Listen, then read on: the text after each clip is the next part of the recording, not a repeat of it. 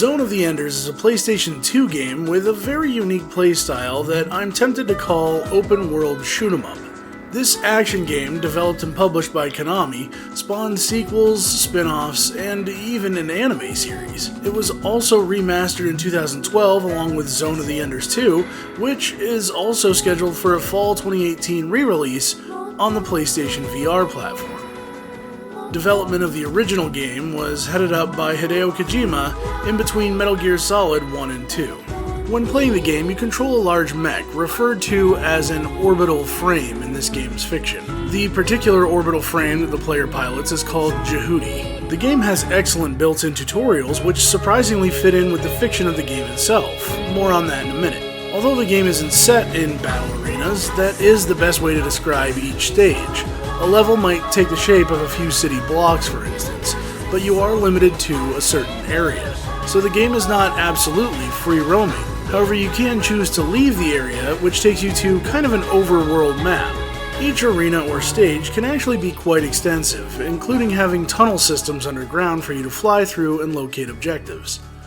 As you fly your orbital frame, you can occasionally pick up side quests asking you to defend a neighborhood or a building from attack, all while you try to achieve your overall goal of delivering your orbital frame to its destination.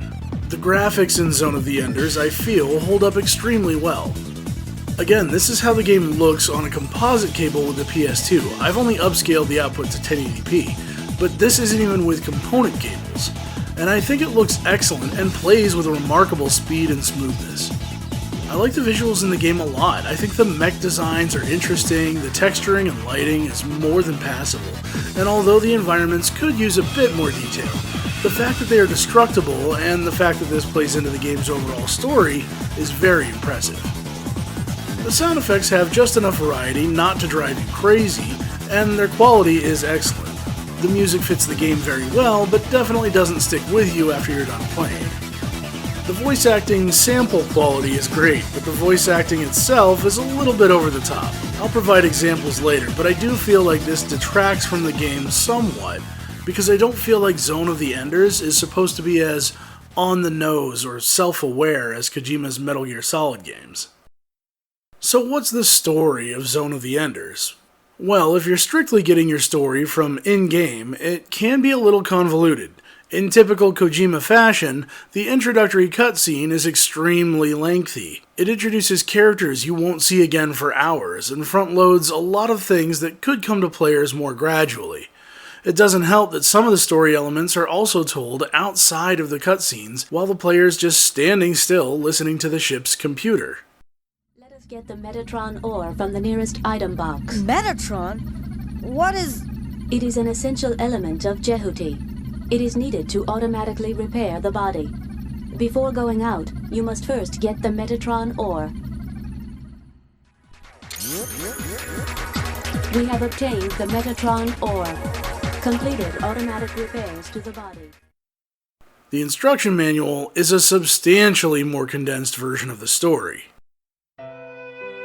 In the remote reaches of the solar system in the 22nd century, there's a colony on Jupiter called Antilia. In a sudden outbreak of war, a shy youth named Leo Stenbuck loses his friends right before his eyes.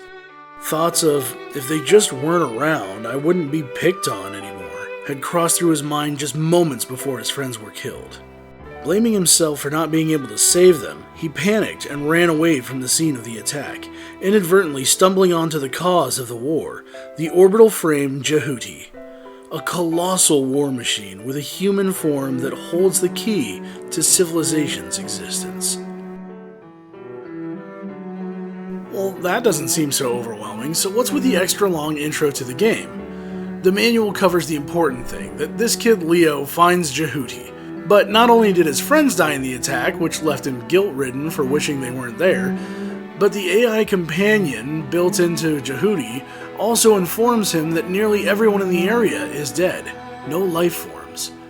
Basically being convinced he's an orphan at this point, another voice chimes in and tells him that he's the only hope for saving the world. The operator on the other end of the phone tells him he has to deliver Jehudi to some military installation far, far away. The shipboard AI Ada provides Leo with tutorials on how to pilot the device and doesn't understand why Leo doesn't want to kill other people.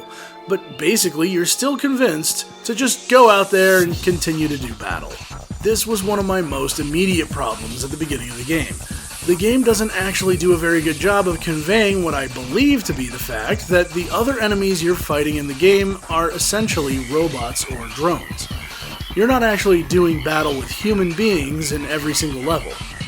Leo states right away that he doesn't want to be put in a situation where he has to kill someone, but then immediately starts blasting everything in sight. I feel like the fact that enemies aren't other frame pilots could have been made more clear.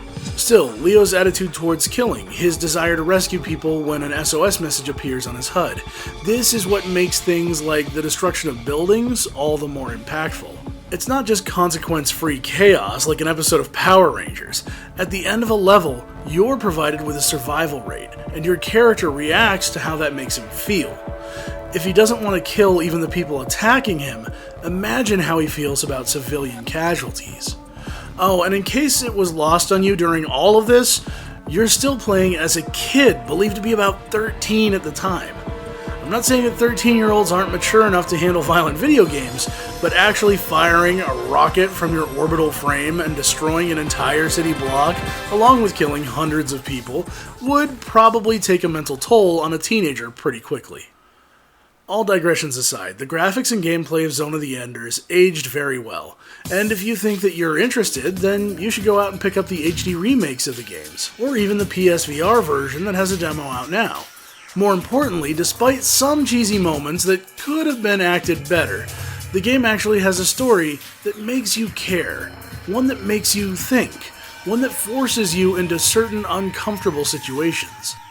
It helps that the game is actually a lot of fun to play, and you can just tune out the overarching questions of morality that come up in the game if you really want to. But who wants to do that? Don't just zone out while playing, or you won't appreciate the end of our story so far.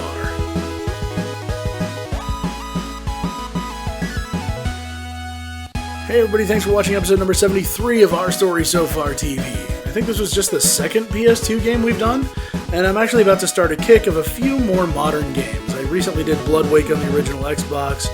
I might have a couple more GameCube era maybe games coming up, maybe even stuff newer than that. We'll see. I'm also going to mention here really quickly and in next week's video that here in the next few weeks I am going to have some new ideas coming up for new shows beyond Our Story So Far. I feel like expanding, trying a few new things, and just seeing what sticks. But don't worry, I'm still going to continue to produce episodes of Our Story So Far every 2 weeks. And if you're looking for more of those episodes, they're over at ourstorysofar.tv, or you can also go to ourstorysofar.tv.newangel.net, where I kind of consolidate everything I work on, from tech to gaming to whatever. Until next time, take care of yourself.